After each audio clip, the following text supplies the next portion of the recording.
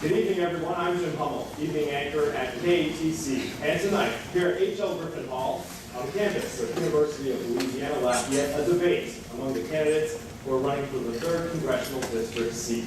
We have 7 candidates on stage with us tonight. Each of these candidates was selected based on polling and also fundraising in the race so far. We'll meet the candidates in just a moment, but first, a little bit of words about the format for you tonight. We will have 7 policy-driven questions. Each candidate will have a chance to answer every question. I'll pose the question to the first candidate, who will then get 90 seconds to respond to that question. We'll then move through the line tonight. Everyone else will get 45 seconds on that same question, and then we'll bring it back to the candidate who answered first for a 30-second rebuttal. Each candidate will have a chance to be the first to answer a question and thus get a bit more time. Candidates, you have the questions in envelopes in front of you for reference. Please don't open those envelopes until I've read that corresponding question out loud. And we ask that you please respect time. We have a lot of ground that we want to cover here tonight. Let's meet the candidates. Each has 30 seconds for an opening statement. The order that they're seated here tonight selected at random. Audience members ask that you please hold your applause for the end of tonight's debate. And viewers at home, if you'd like to join in on the conversation on social media, use the hashtag LA3Debate. Up first tonight, Mr. Greg Ellison. The floor is yours for 30 seconds for opening remarks. Good evening. I'm Lieutenant Colonel Greg Ellison. I was raised in South Louisiana. I graduated from West Point. I served in the U.S. Army for 20 plus years. I'm a combat veteran of Iraq. I planned and supervised 9 raids into Iraq prior to the ground war. After the war, I moved home because I wanted my children to know the South Louisiana that I loved. I wanted them to have roots here. I retired, I came back to Lafayette, and we started an oil and gas company. My company has created thousands and thousands of jobs for people right here in South Louisiana. Thank you for being here. Mr. Rangel, you're up next. Good evening. I want to thank ULL and KATC for putting us together to discuss the issues affecting us here in South Louisiana. I'm running for Congress because I believe there is too much Washington in America and not enough America in Washington, and I plan to focus my career on bringing our unique slice of America to Washington, from the rice field to the cane field, from the oil field to the ball field. I believe that our South Louisiana values need to be talked about in Washington, D.C. I'm prepared to do that, and I ask you to send me to Capitol Hill. Mr. Guyman. Thank you. I believe our nation is in a very desperate place right now. Man alone is not going to solve the issues that are before us, the things that we have to do to fix the problems. We need wisdom and guidance from God. I think we need Christians to step up and be a part of that and seek that wisdom and seek the leadership positions. In Ezekiel, it says, I search for someone from among you who would stand in the gap. And I think that's what's calling us today. I think that speaks to our nation right now, that we need to be able to step forward and stand in the gap and begin to restore our country. I hope this evening that I can earn your support. Thank you. Mr. Reese, 30 seconds. I'm Grover Joseph Reese. We've got some wonderful candidates who've done some wonderful things in their lives. I think that my own background and skills make me the one who's going to be the most effective congressman. I worked for President Ronald Reagan. We appointed 100 conservative judges. We reshaped the federal judiciary. I worked in Congress. I wrote laws that became law and saved lives on human trafficking and religious persecution. We defunded International Planned Parenthood. I served as the United States ambassador. I'll go to work every day saying, what can I do today to save lives, to have smaller government, lower taxes? Thank you. Thank you, Mr. Higgins. I'm Captain Clay Higgins, Deputy Marshal. I'm in this race because I'm a patriot, not a politician, and I'm here for the future of our nation. And I place my faith not in my own skills as a man and a statesman, but in you, in your heart, in your soul, as an American nation, bonded by spirit, love, and compassion, by your dedication to your fellow man, and by your hope for a better day and the future of a brighter America. Thank you, Mr. Reeder. Good afternoon, everyone. Let me begin by thanking KATC TV3 for hosting this event, as well as the University of Southwestern Louisiana. I am a 30-year business person with 30 years of business experience. I think I'm uniquely qualified to be a congressman. But in addition to that, I think I'm sitting in a unique position as a Director. I think I sit in a unique position to say that I feel our economy must be diversified, and we must diversify our economy with green energy. My name is Larry Reagan. I'm a party for all that. Thanks, sir. And Mr. Rance. Hi, I'm Gus Rance, and I am fed up with our federal government. But I still love and believe in this great country. The life that I live truly defined the American dream. I was born in government-subsidized housing. I watched my parents work their tails off to provide a better future for us while instilling values of hard work, education, and faith. These are the tools that I've used to build my healthcare company that today employs thousands. I want to go to Washington to lead the next wave of accomplished, accountable leaders, and I need your help to do it. I'm Gus Rance. All right, candidates, thank you. Let's get right to our questions. We have very policy-driven questions for you tonight. Question one, we'll go to Mr. Ellison first. And it's a very pertinent question considering where we are. It's a question about student loan debt. The most recent figures show approximately $1.3 trillion in student loan debt, affecting 43 million borrowers who on average are carrying $30,000 in debt. What is your solution to help alleviate that debt and also help prevent future students from carrying that same burden? Mr. Ellison, 90 seconds. That's a great question. Thank you very much. We have a massive problem with student debt. It's approximately 1/20 of our entire federal debt in the United States. The average median payment for a student on a monthly basis is approximately $201. The interest rates on that is approximately 6%.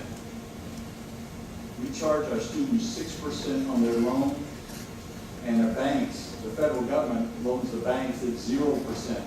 Why are we making money off our students?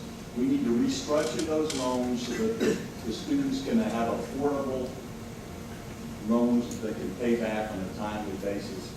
You know, one of the things I always look at is that we live in a world of ever-increasing technology changes.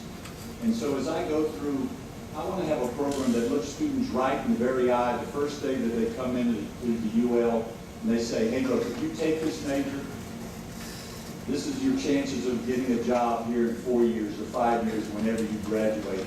And so take a look at the job. If that job is not providing you the kind of income that you want, when you get out of college, then look at the major that you need to have to be able to achieve that level of income. So I'm all about reducing the interest rates that you guys pay on the student loan debts, 6% now. We need to get it down, to be even with the banks. We need to do what's right for the students so they can get the education they need. Thanks, sir. Mr. Ronjo.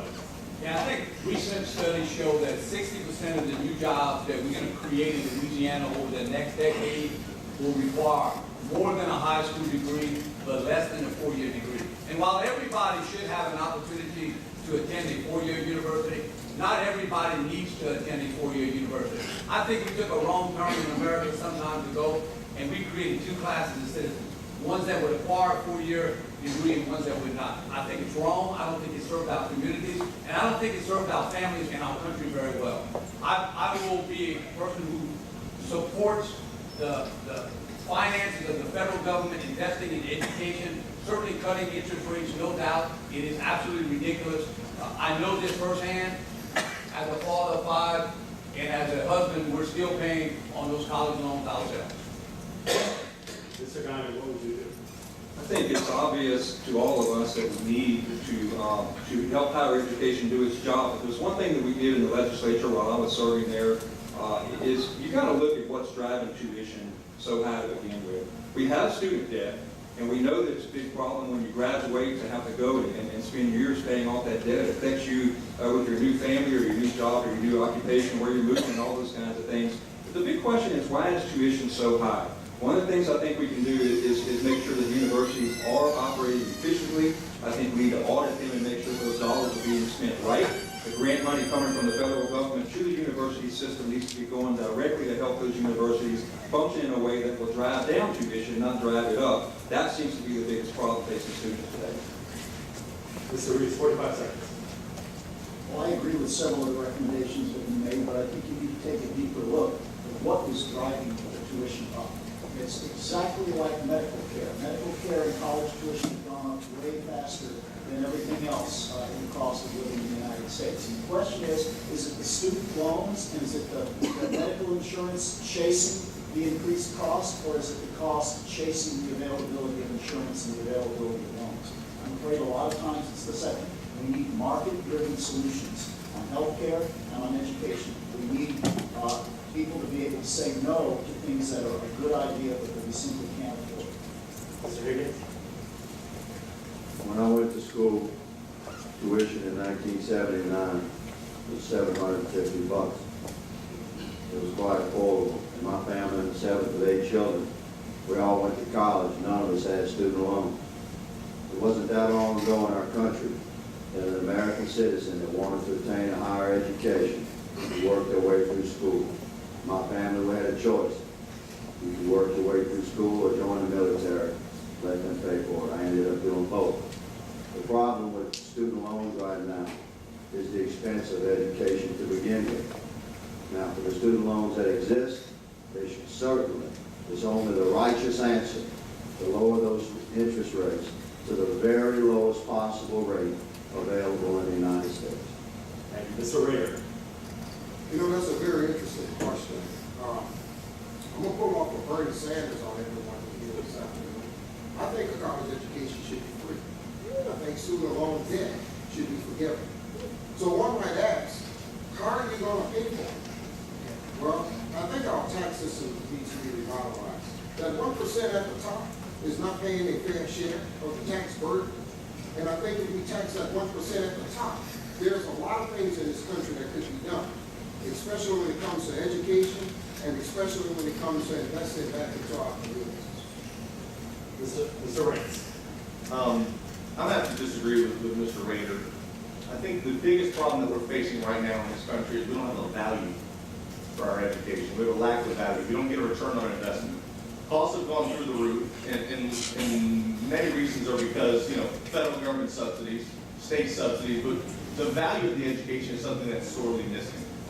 We have an economy that's struggling. It's struggling because we have too much government. We don't need an education system to do the same thing. We need to go back to having universities worry about getting good jobs, feeding your family, getting some level of professionalism instead of worrying about enrollment. Enrollment should never be the goal of a university. It should be graduation and then being able to take care of your family, and we've lost that because of the subsidies. And Mr. Ellison, anything you care to respond to? 30 seconds. I agree with the supposition that we need to promote trades, and you can be a plumber, you can be an electrician, and you can make a great living in this world. But we always have to keep in mind that technology is rapidly changing. We need to keep up with the technology. Just recently, there were driverless trucks from all over Europe made their way to the port of Rotterdam. You know, the #1 job in Louisiana and the 29 other states is truck drivers. So in 15 years, we may have driverless trucks, so we need to keep up with technology and promote STEM education in our school systems. Thanks, sir. Question 2 concerns health care. Mr. Angeli will be answering this question first. The Obama administration has just recently announced that premiums under the Affordable Care Act are going up. What, in your view, should Congress do about rising health care and drug costs? Mr. Angeli, you have 9 seconds. Before I answer that question, I want to strongly disagree with Mr. Rader, Democrat Larry Rader. I absolutely do not believe that we need more taxes. We need more taxpayers in America. We need more people pulling the wagon and fewer people riding in the wagon. When it comes to health care, we need to absolutely repeal and replace Obamacare. Its 2 stated goals was patient-centered health care and reducing costs. Both have failed miserably. We do not have patient-centered health care. We have removed doctors in so many ways. We have put bureaucrats and insurance companies between doctors and patients in so many ways. It has not worked. It has failed. And the newspapers have been lit up over the last 2 weeks with increase in insurance premiums. We repeal and we replace. And we replace with things that include things like allowing folks to sell insurance across state lines.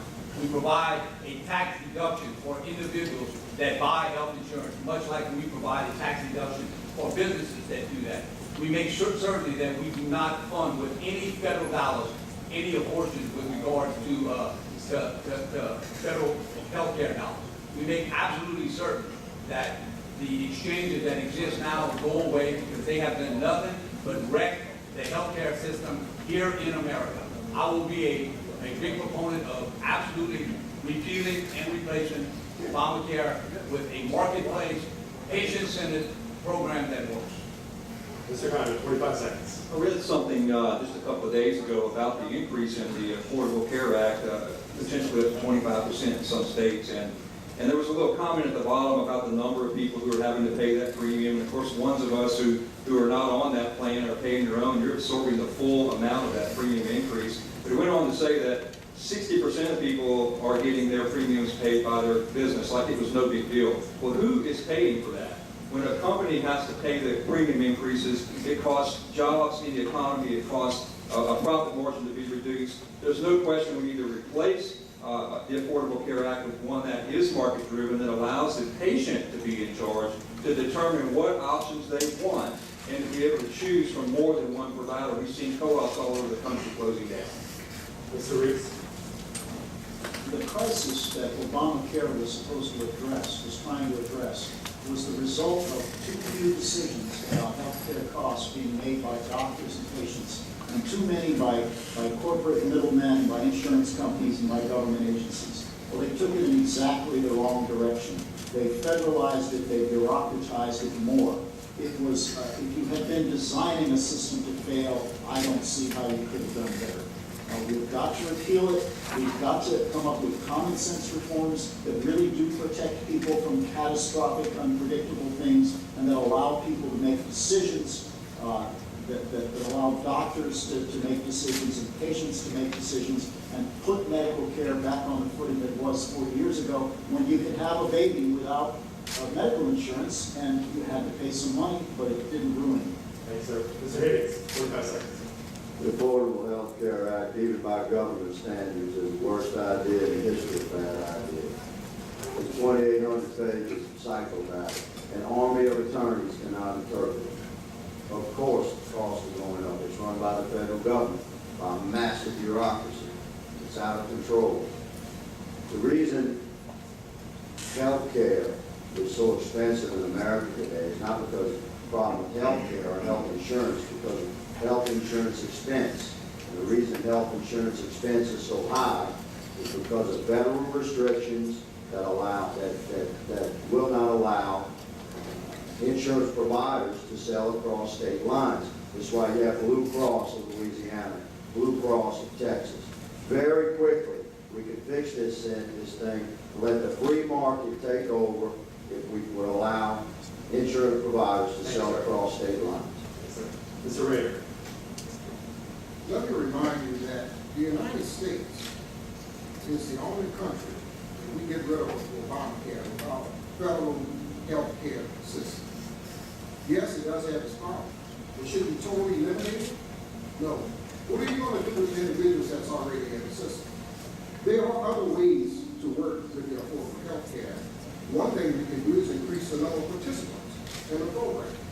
Another thing we can do is utilize the government to purchase drugs, purchase it in a bulk format. And last but not least, we can roll it over into Medicare, Medicaid. So there are things that we could do if we think outside that box in order to get some of these things done, besides just eliminating the Affordable Health Care. Mr. Reigns. The problem with Obamacare, as it's commonly referred to, is that it was nothing more than a tax. It was a land grab for the Medicaid program, which quite frankly is an insurance that not many physicians want because it's ill-conceived. It's typical political jargon. It was named incredibly well, Affordable Care Act, but it had nothing to do with patient care. We have removed the patient, we have removed the doctor, and in a lot of measures we've removed the nurse from patient care. Not one member on this stage or of our United States Congress has my healthcare executive experience. And we spend $1 trillion a year at the federal level. That's why it's a mess. We continually, with no expertise, want to tell every physician, every nurse, and every patient what's good for them. We don't need more of that, we need an awful lot less. And Mr. Elson. Obamacare was sold to the American public on 4 fraudulent assumptions. 1, that it was affordable. 2, that you could keep your doctor.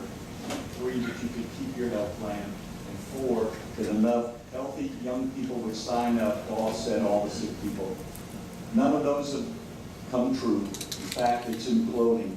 It's driving us to a single payer healthcare system That's socialism. It's going to fail. We need to step forward and we need to repeal and replace Obamacare. We need to make sure that we have health savings accounts so you can pay with pre-tax dollars your premiums and your deductibles. We need to make sure we erase state boundaries so we can sell insurance at a better cost here in Louisiana. Thanks, sir. And Ms. Harmswell, 30 seconds here with rebuttal. Yes, I will be a part of a generation of leaders that will make repealing and replacing Obamacare one of the first things that happens in the next United States Congress. Thanks, sir.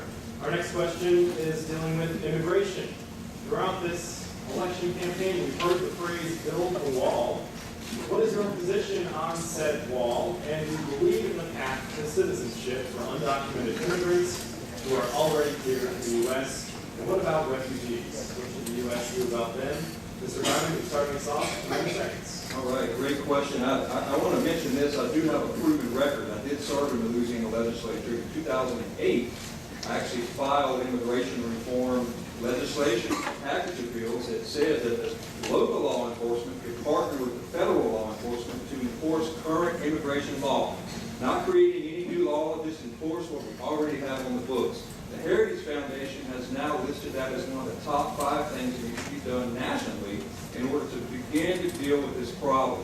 Obviously, we need to secure our border for national security reasons, if nothing else. There's a couple of other issues on immigration that I want to mention also along with the refugees, and that is the visa program that we have, where we allow people to come to our country legally. We have H-1B visas that we allow people to come here legally to fill jobs in the market that we can't fill. But the big business special interest groups are abusing them.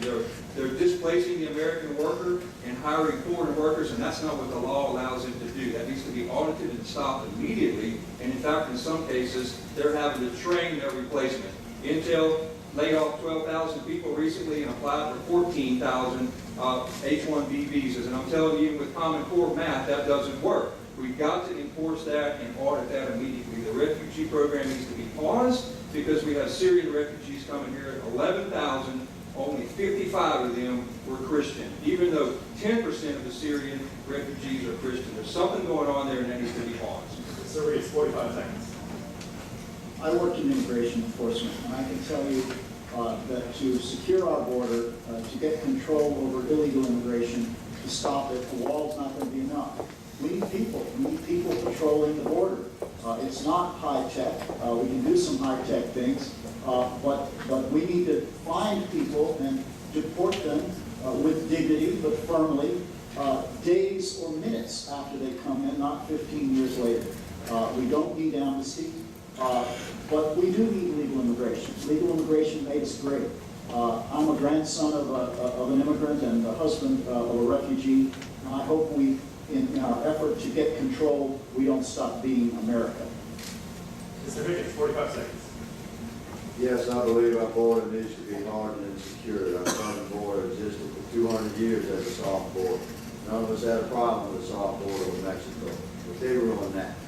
They've made $1 billion industry out of transporting human beings and drugs across our southern border. Now, the immigrants that exist within our country that travel here legally, or the passive immigrants that have allowed their visas to expire, should be addressed, should be forced to pay a hefty fine, and should be given some path to get their paperwork straight or get out, and get right or get out. As far as refugees go, the persecution and slaughter of Christian refugees should be top priority regarding access to American soil. Mr. Ray. Well, we are a nation of immigrants. Oh. And for us to sit here and talk about refugees, we're all refugees. The United States of America is the most powerful nation in the world. And there are a lot of people who seek to come to this nation to live an American dream. So what we're going to do, we're going to put a wall up, a wall that's never going to be built. It's never going to be built. I tell you, if you're going to build a wall, I hope they build one here in southwest Louisiana so we can stop the flood walls. Mr. Rance, 45 seconds. We're a nation of Americans. Illegal immigration in this country is kind of like a busted pipe. We cannot begin working on that pipe to fix the problem until we turn off the water. And if a wall is part of that process, if our experts on the border, if we take their handcuffs off, we give them the technology and the tools to do their job properly, and they say that they need sections of the wall, then I'm all for it. I'm not going to presume to know what goes on the border better than the men and women that patrol it every single day. But we have to acknowledge we have a problem. We also have a problem that 40% of our illegal immigrants in this country today came over on visas. So we not only need to secure our borders, we need to know who's coming in and going. We talk about the refugees. The visa problem alone gives me great pause that we don't know who's coming and going, let alone refugees who may have ill intent. So we have to protect Americans first. Mr. Ellison, your position on the wall. We are a nation of laws, and we must enforce those laws. We must build a strong wall, reinforced with Border Patrol agents, and backed up by world-class electronic systems. You cannot be a welfare state and not control your borders. You will commit economic suicide. And speaking of Syrian refugees, there is absolutely no way that we can vet the Syrian refugees. If they had civil institutions like courts in Syria, they were destroyed during the Civil War. Just look what's happening in France today. They have committed political and cultural suicide. They've let people come into the country that don't assimilate, that do not learn their language, and you know what they have now? They have priests saying the Mass in Normandy being beheaded. We must protect our borders and build a wall. Absolutely, we must build a wall. We can. Reagan has taught us that a nation with no borders is no nation at all. I learned as a kid that when you have a leaky boat, you must absolutely plug the hole, or you can bail all night and have the same problem the next day. Before this country can talk about immigration reform, we must show the people of America that we're serious about protecting the border. And there is no way that we can accept refugees from places that do not provide credible information so that we can vet them. We have a responsibility to the citizens of the United States to keep them safe. And when we cannot get reliable data on the background of folks who are trying to come here, that country should be off limits. Mr. Downey, 30 seconds for a rebuttal. When I was in committee room in the Louisiana legislature with the package of immigration bills I spoke about previously, I looked around the table with me and I realized no one was sitting with me. I didn't understand that all the people in the room were not with me, they were actually against me. My point of that is this: it's going to take courage to solve this problem. It's going to require some very tough votes. I have that proven record. I've had the record of standing up to special interest groups, the administration, and all the leadership when they were wrong. And that's what's going to have to happen. You have to change that culture in Washington, and you begin that with term limits. And I am running on self-imposing term limits. Thank you, sir. On to question 4 now. This question concerns foreign affairs. What should be the role of Congress in addressing the conflicts in the Middle East? What ideas do you have for fighting ISIS? And what should the United States do that we're not currently doing right now? Mr. Reese, 90 seconds. Well, the first thing that we need to do, and Congress very much has a role in this, Congress is often ahead of the executive branch when it comes to recognizing that our foreign policy should be based on American values and that we shouldn't consider it a success when we make a deal with another dictatorship. The first rule should be do no harm. We shouldn't have had that deal with Iran. We shouldn't be making deals with the government of Cuba while they're still imprisoning people who are in jail because they share our values. And yes, it's Congress's job to limit the ability of the executive branch to do those things. As far as the Middle East is concerned, we need to get back to a foreign policy where our friends, and that means Israel, can trust us, and our adversaries know that they have to respect us. And unfortunately, we've drifted away from that. As far as ISIS is concerned, we made a big mistake maybe we made a mistake by going into Iraq, but we sure made a mistake by cutting and running when we did, because we left a vacuum and we created those conditions. We've got to help the forces in that part of the world who are for democracy, who are for freedom, and there are some. The Kurds need to be empowered. The government of Iraq needs to be strengthened, and the moderate rebels in Syria need to be strengthened. And America is a unique country. It's the indispensable country. Our job is to be the good guys. Thank you. Mr. Higgins. The voice of the American people is very clear on this. We must destroy ISIS. It's so common sense clear. We identify our friends across the world and help them to do the job in their areas of the globe to fight this horror that's spreading across the earth. It threatens us within our very borders. We all know it, we feel it, we sense it growing.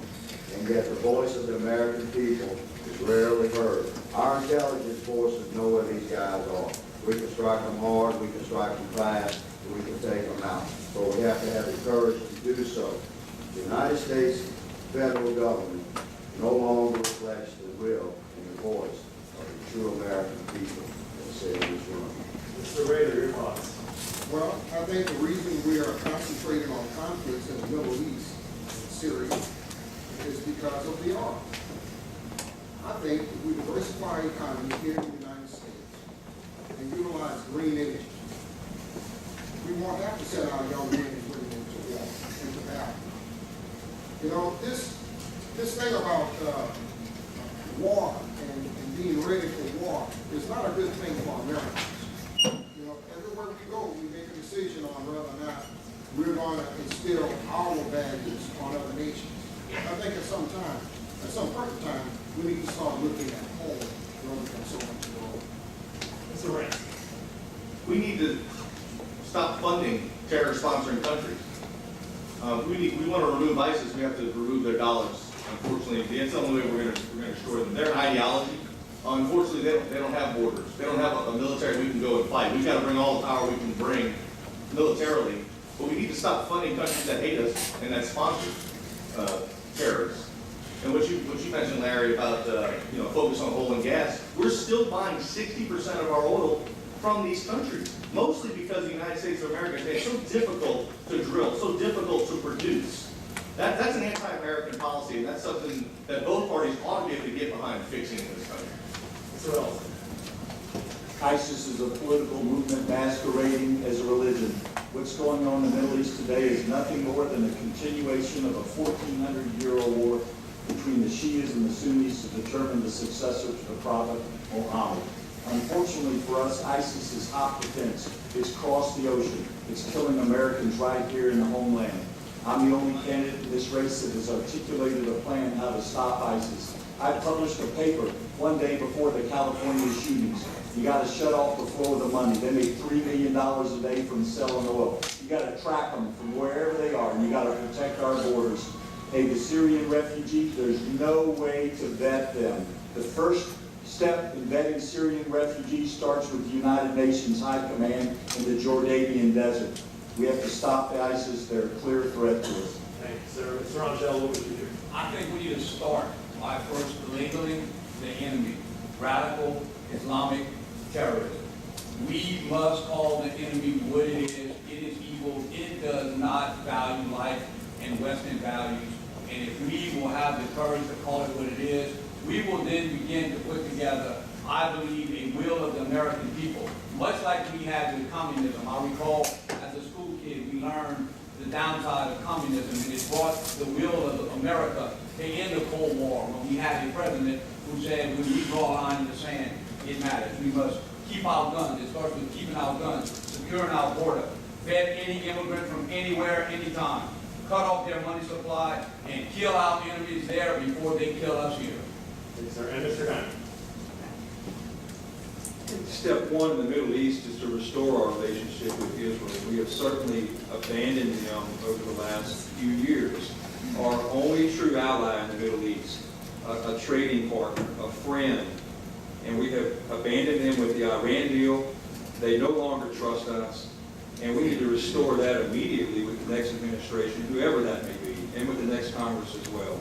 We certainly need to protect our country from attacks from ISIS, whatever that takes. Forget political correctness. We have got to take care of protecting our American people, and the refugee program is part of the problem. As I mentioned earlier, only 55 people out of 11,000 were of the Christian faith that came into that Syrian program. And Mr. Reese, a quick rebuttal. Well, I agree with many of the things that have been said, but it's important to remember, as a couple of candidates have said, we're not at war with a religion. We're at war with a totalitarian ideology. And fighting ISIS is a lot like fighting communism. We do need to be strong. We need to be prepared for war. We need to be able to respond when people make war on us, and we're not there. We need a president and Congress who will make America strong again, and who will make clear that we stand for certain values and that there are certain lines that can't be crossed. Mr. Higgins, you're up next on our next question. Question number 5, Your Honor.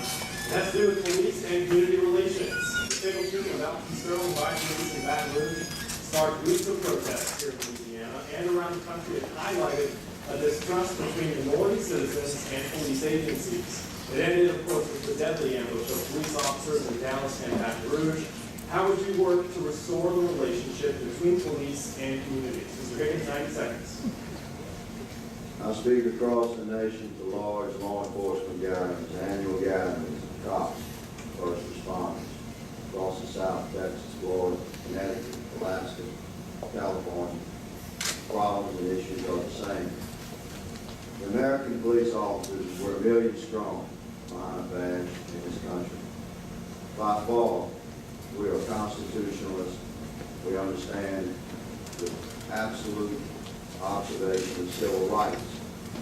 We have a culture in America of criminality, of idolizing criminality. This has led to a great disintegration of the family structure. And I listened to a minister coach 2 days ago.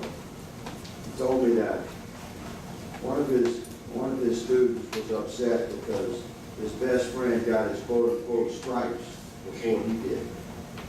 This minister coach asked me, "What do you mean by that?" He said, "My boy got arrested before I did." And in jail. Think about this. This is a culture. We're not just looking at conflicts between police officers and citizens. We're looking at the conflict of our entire American citizenry against a culture that idolizes criminality. This is where we need to address this, from the home and the church. Thank you, sir. Mr. Rader, 45 seconds. It's a good question. Police and community relations have always been a problem here in America. And the incident that happened in Dallas was directly attributable to the mental health. Those individuals that did the killings, those were prior military guys. Those guys had served, but they hadn't received their mental health counseling. And it's important in the United States that we have a plan, whether they come under the Affordable Health Care Act or not, that we address mental health in the United States. Thank you, sir. Mr. Rance. We've lost our ownership in the community and in our family. We've, in many respects, lost our moral compass. You cannot change hearts and minds with legislation. You can't beat someone over the head with it. But we have to restore dignity and ownership in the community. And you do that by having a better public policy than the one we currently have. What we currently have now tells you if you're struggling, if you're a teenager, like my mother was a teenager when she was pregnant. And she went to the government office to get assistance, and they told my mother, a 16-year-old girl, that she'd be better off if she didn't have a job. They could help her more if she didn't have a job. That's a life sentence. We're doing the same thing every single day in our cities and in our communities. We need to start lifting up the entire community. Start lifting people up and not carrying them. And that's the way we restore the ownership and dignity in our own homes. Mr. Ellison. The moral fabric of our society is unraveling right before our very eyes. And all nations have life cycles that crumble from within long before the enemy knocks down the gates. No matter how well-intentioned Lyndon Johnson was with his Great Society programs, they resulted in the disintegration of the American family unit. A village cannot raise a child. It takes two parents showing up 24/7 from the very beginning, imprinting about the love of God, discipline, respect, the value of hard work and education. And I, as your next congressman, will work to change the laws that promote work and get families back together again. Mr. Oljo. People will do what you pay them to do. And the policies of our country have often paid people to stay in bed and get a check rather than go to work and earn a check. And that has absolutely contributed to the breakdown of the family unit. When it comes to policing, I would say this. that anybody who has to wear a gun as part of their uniform to go to work and protect the public gets the benefit of the doubt in our America. There's no such thing as a routine traffic stop anymore. I went to the funeral last year of a police officer, a state trooper, who got shot in Bell City, a rural place in Calcasieu Parish, not Houston or Atlanta or Los Angeles, a very rural place. This stuff is showing up in the zip code near you. I think we need to invest in community relationships, federal funding certainly, to help give our officers all the training they need, and listening to the law enforcement community. Mr. Guy. The question is, what can we do as a congressman for those relationships? And I think the thing that I could bring to the table is just leadership, just building the trust in the community with people, working with community leaders, finding the problems, and just building the trust. Because I don't think there's anything that I could do as an individual congressman to make those relationships get better. But I do think you can provide leadership and help build that trust between the church organizations, the government organizations, and the community leaders. And just being there and building those relationships with people in the community so that they trust you, they believe in you, and be able to bring those sides together. I think the Christian faith has to come into play here, and we have to try to remove the hatred from our communities. And Mr. Reed. I have two brothers who were police officers. One of them died young. I know that they took, and their colleagues took, the idea of protecting and serving as their job very seriously. There are also a small number of people who go into police work for the wrong reasons, and people who want to throw their weight around. And people know who those people are. You also have to remember, though, that there are sometimes people trying to shoot police officers and trying to harm them. We need community policing. We need to empower the law enforcement officers who want to get back in the communities, who want to make people understand that they are there to protect and serve the communities. And Mr. Higgins, an additional 30 seconds. The job as a cop begins with an oath. I've told tens of thousands of cops that oath is not to a sheriff or a chief or a marshal. It's an oath of allegiance to the constitutional principles that are supposed to be engraved upon every badge. It's an oath of allegiance to an American citizenry that hungers for compassionate, constitutionally sound police protection. Once our police officers hear this message, they get it, man. I can bring that to Congress. We're on to question 6 now. This will go to Mr. Rader first. Question 6 has to deal with the Louisiana coastline. The disappearance of Louisiana's coastline is being called the issue of a lifetime. What can Congress do to help restore the coast? And do you think Louisiana's energy sector can help? And if so, how? Mr. Rader, 90 seconds. You know, that's a very good question. Louisiana has been losing its coastline for the last 20, 30 years. And so one would ask, why are we losing our coastline? You know, the oil industry came in, they made a lot of cuts in swamps and in areas that created a lot of devastation, not only to wildlife and animals, but also resulted in the loss of our land. So to some degree, I believe that the oil industry is responsible for the loss that we've experienced on our coastline. Now, here's the other side of that coin. Who gave them the permissions to do so? And I think Louisiana should be held accountable. Those individuals that gave those permits out at that time should be held accountable. And I think, you know, it's time that we start looking at who we allow to come into Louisiana, these businesses, and to what degree are they going to destroy our environment. And if they're going to destroy our environment to the point where we're not going to be able to utilize the wildlife and have safe water to drink, then we don't need them here. Mr. Rader, 45 seconds. Look, as with anything you do in life, you need to make a plan. We've been dealing with our coastline issues for a very long time, for decades in fact. And part of the problem is we haven't had a cohesive plan, we haven't had a cohesive voice. Our federal delegation, our state delegation like to argue and point fingers and blame everybody under the sun. The reality is we have a major problem. We all are aware of it. What we've been doing isn't working. We've got 37,000 people employed with the Army Corps of Engineers. They're mediocre at doing things the way they've always done it. They're absolutely atrocious at doing things a different way. It shouldn't take 10 years to get a permit, to maybe get a permit, to maybe dig a ditch if a guy in West Virginia deems it worthy. I think it's time that we actually bring some of this closer to home and make some decisions closer to home. But we've got to work on empowering local citizenry to do that, local boards. Mr. Ellison. No one is against restoring the coast, but our current governor wants to sue the oil and gas companies. They operated within their permits. Have some of them done it wrong? Yes, we should pursue them. But we don't need to kill the goose that laid the golden egg. If we sue the oil companies and we drive them out of the state of Louisiana, where are you going to go for jobs? Where are you going to go for jobs? We're all going to have to move outside of the state. So we need to look at the Corps of Engineers, and they're the main culprit. They've levied up the Mississippi River. They've got all the sediment going in the Deepwater Gulf, and that's the sediment you need to restore the coast. That's the major culprit. Look at the Corps of Engineers. We don't want to kill the goose that laid the golden egg. We don't want to go after our oil and gas companies so all our children and grandchildren have to move away. So, Mr. Rangel. Yeah, one, I think, has to take a look at how we got here. And we got here, the unintended consequences of a federal decision to levy the Mississippi River in the name of flood control that absolutely cut off the ability to have silt and sediment deposited in coastal Louisiana. And that decision is a decision that began to show up in the 70s and more so lately.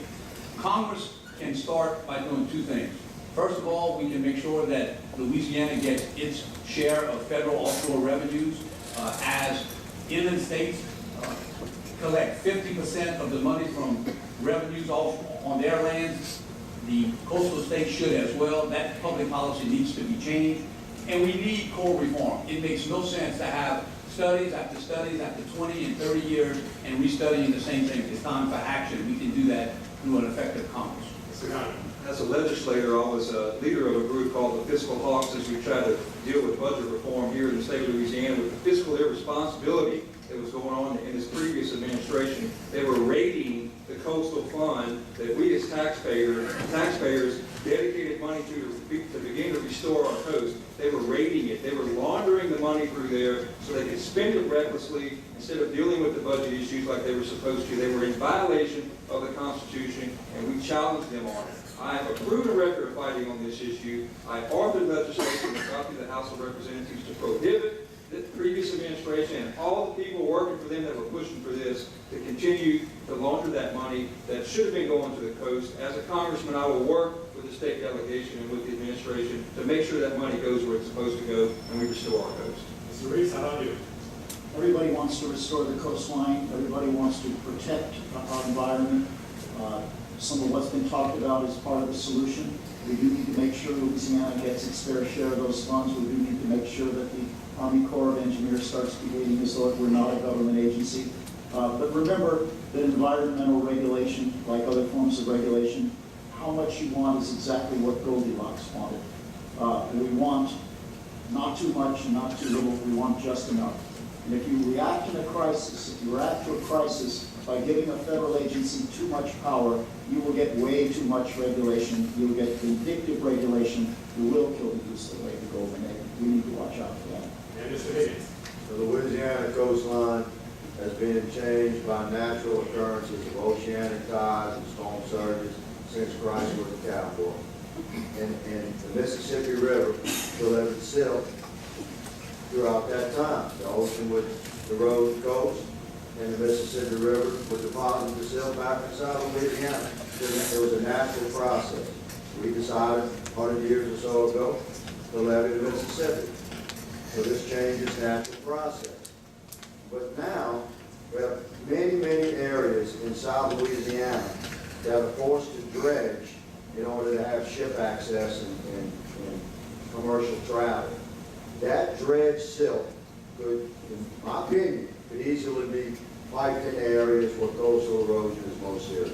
That's an ecologically sound solution. Mr. Rader, 30 seconds. Sure. You know, I believe the oil industry is partially responsible for some of the damage that we have here in Louisiana. Now, the thing is to what degree, to what point should we hold them accountable?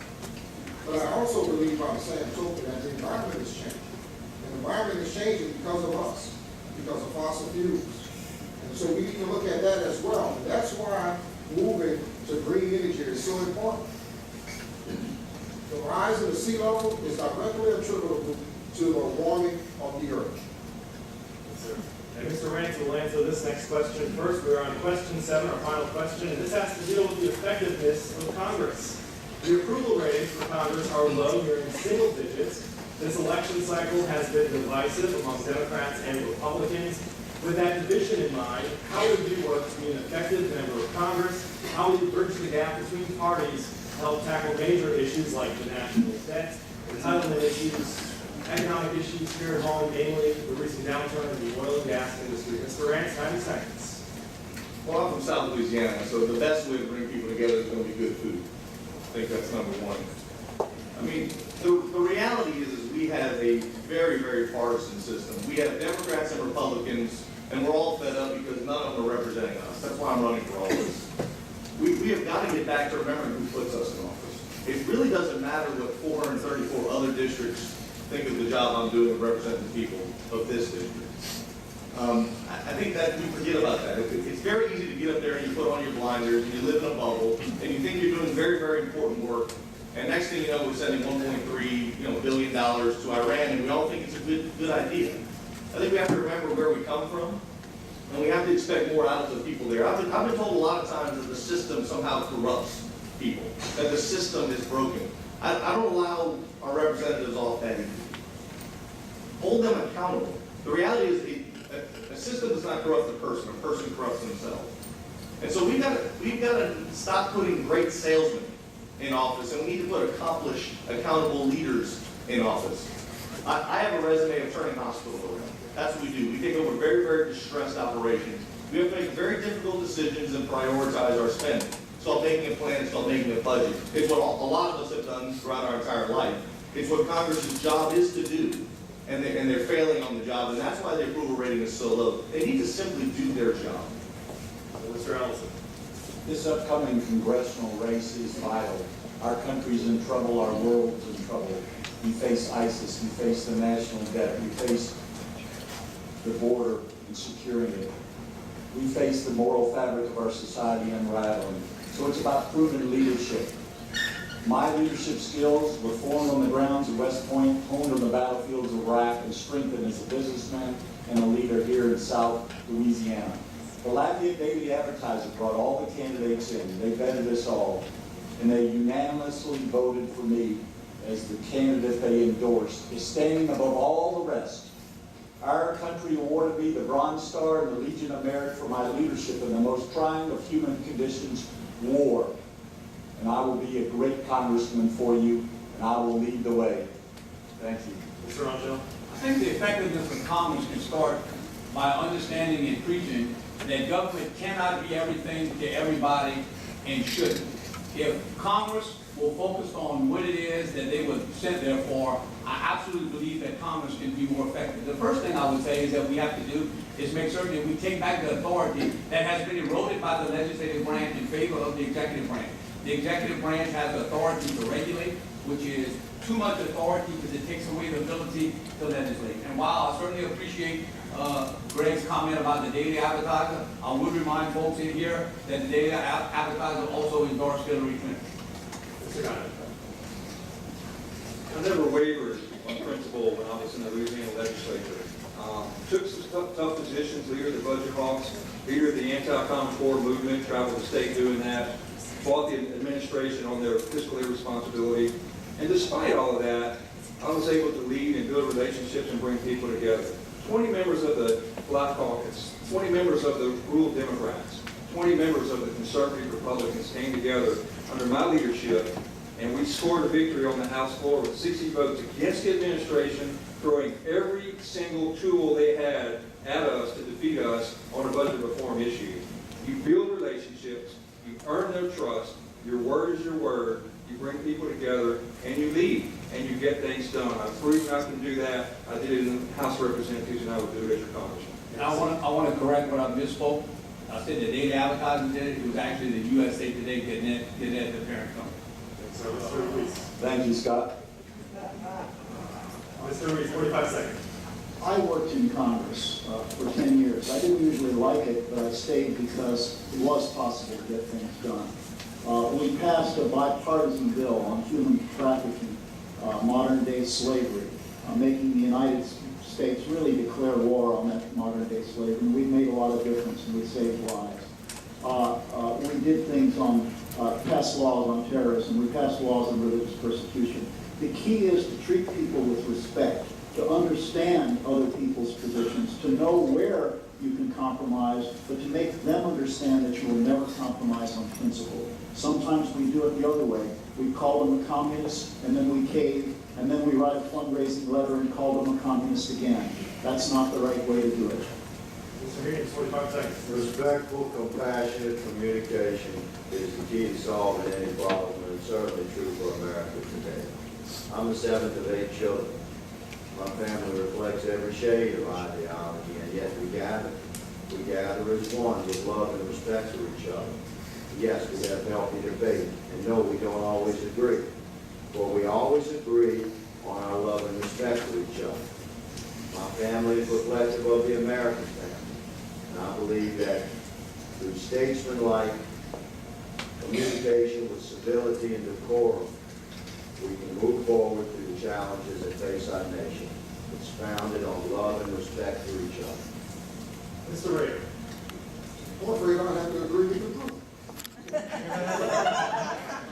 Yes, it all begins with love, it all begins with respect, it all begins with trying to understand that other individual. You know, you may not always agree with someone, but they're not your enemy. They're not your enemy. You just have a difference of opinion. And sometimes that difference of opinion can bring out and foster new ideas and a solution to solving some of the problems that we have in this nation. I think every last one of these gentlemen up here love their country. I know they do. But sometimes we have a difference of opinion, but we don't have to stop talking. When you stop talking, that's when you start having problems, like not getting things done in Congress. Sir, and Mr. Rance, quick rebuttal. We started with humble means as a kid. I hope many of you have seen my commercial. We used the calculator to go shopping. That's a very true commercial. Politicians have the luxury of going shopping with our money. They write a check with our money, and they pat each other on the back about what a great job they've done. In my business, in my life, I've had to write a check with my money. And that makes me very accountable. And I think that's part of what we have lacking up there is people who actually have a resume, who have dirt under their nails. There's lots of paper on the walls in Washington, D.C. There's not a lot of people with dirt under their fingers. Thank you, sir. Gentlemen, I'm afraid we're out of time. We don't have enough time left for closing statements, but I do appreciate you all talking very candidly about the issues. I think we've got a lot of ground covered tonight, so thank you for that. That does conclude tonight's debate, everyone. Thank you so much for watching. Our thanks to the candidates, of course, the Indiana Open Channel, the University of Louisiana Lafayette, the College of Liberal Arts, and the Department of Political Science. Don't forget to get out and vote. Ladies and gentlemen, a round of applause for the candidates.